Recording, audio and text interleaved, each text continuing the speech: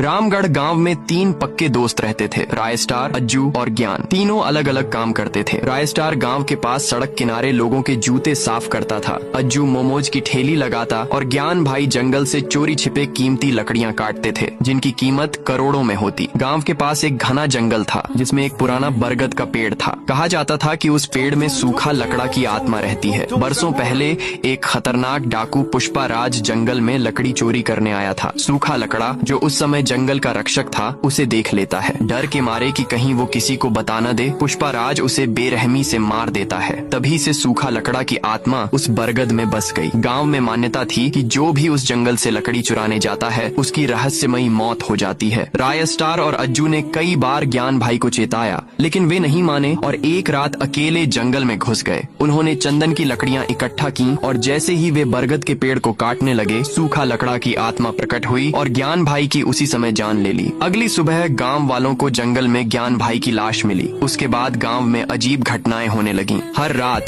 सूखा लकड़ा अपने सोने के बाज को गांव भेजता। वो बाज हर रात एक इंसान को उठाकर जंगल ले जाता और अगली सुबह उसका शव मिलता। गांव में डर का माहौल फैल गया। अब यह सब रोकना जरूरी हो गया था। रायस्टार ने हिम्मत दिखाई और सीधा जंगल की ओर निकल गया। बरगद के पेड़ के पास पहुंचकर उसने जोर से पुकारा, सूखा लकड़ा, तुम गांव वालों को क्यों डरा रहे हो? तभी सूखा लकड़ा प्रकट हुआ। उसकी आंखों में आंसू थे। उसने कहा, मैं कभी इस जंगल का राजा था। सारी लकड़ी, जानवर, पेड़ सब मेरी जिम्मेदारी थी। लेकिन पुष्पाराज नाम का दरिंदा आया और मुझे मारकर चला गया। मैं बदला लेने के लिए भटक रहा हूँ। रायस्टार ने कहा, मैं तुम्हारे साथ हूँ। अब मिलकर उस दरिंदे को सबक सिखाएंगे। इधर पुष्पाराज अब सोनपुर में रहता था। उसने कई टन चंदन की लकड़ियां जमा की थीं और मासूम लोगों को मारकर उनका धन लूट लेता था। रायस्टार और सूखा लकड़ा ने मिलकर एक योजना बनाई। एक रात पुष्पाराज फिर से उसी जंगल में लकड़ी काटने आया। तभी जंगल में भयानक गूंज उठी। सूखा लकड़ा और रायस्टार बरगद से प्रकट हुए। पुष्पाराज भागने की कोशिश करता है, लेकिन तब तक बहुत देर हो चुकी होती है। सूखा लकड़ा अपनी ताकत से उसकी गाड़ी समेत पुष्पाराज को उड़ा देता है। उसका बदला पूरा होता है। सूखा लकड़ा ने अपना वादा निभाया। उसने ज्ञान भाई को फिर से जीवित कर दिया और खुद शांति से बरगद के अंदर समा गया। गांव में फिर कभी कोई रहस्यमयी घटना नहीं हुई।